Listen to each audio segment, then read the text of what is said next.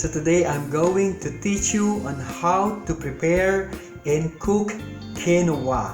So why quinoa? Because it is rich in protein, antioxidant, and rich in fibers. So kung mataas ang iyong cholesterol and blood sugar level, it's perfect for you. It's a great replacement for carbohydrates. So what do we need? All we need is 1 cup of quinoa and 2 cups of water. Okay, next is to get your strainer and rinse quinoa. First is to clean it, and second is to take out its bitter taste. So, kasi may konting bitter taste ito. So to take it out, cleanse it or rinse. Okay guys, right now I'm rinsing my 1 cup of quinoa. So rinse it for at least 1 to 2 minutes to clean it and to take out the bitter taste. Next step is let it dry for at least 5 minutes. Okay, this is open and set your fire in a medium fire. Okay, and put your quinoa, toast it.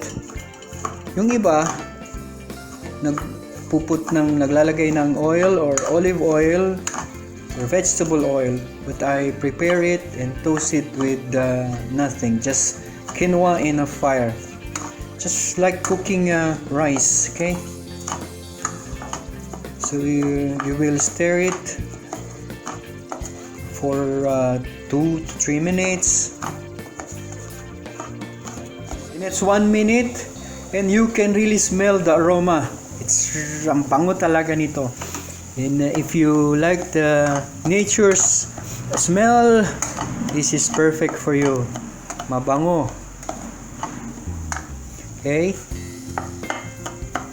so continue on stirring. Huwag niyong hayaan na stick sa inyong pan ang quinoa, or don't let it burn. Basta toast lang to, toast.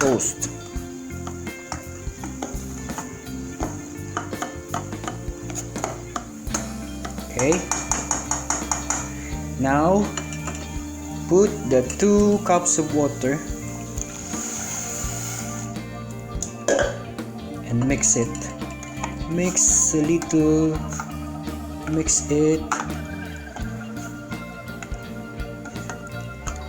Alright, you already set your fire in a medium heat. Wait for 15 to 20 minutes. Okay, and I'll take care of it after 15 to 20 minutes. So alright guys, I'm going to teach you on how to prepare a healthy quinoa salad. So these are our ingredients.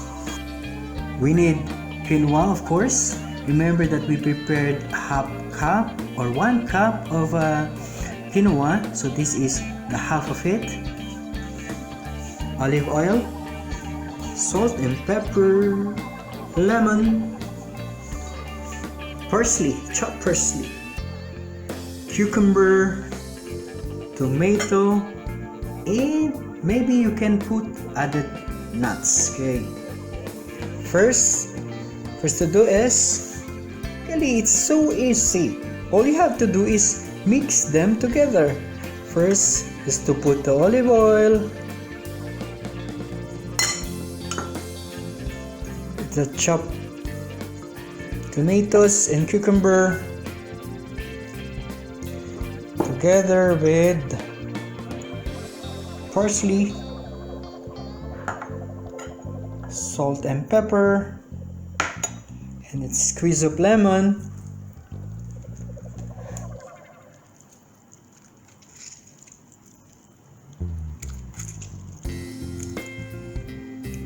and mix them together. Right, mix it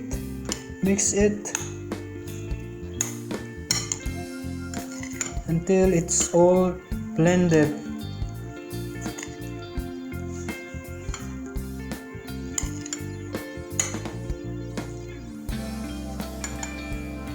Okay, and add the nuts if you prepare. If you don't prepare, let it this way. So that's it. This is your healthy quinoa salad. So I hope you're going to do this for a healthier you. I'm doing this for a healthier me. Okay, goodbye.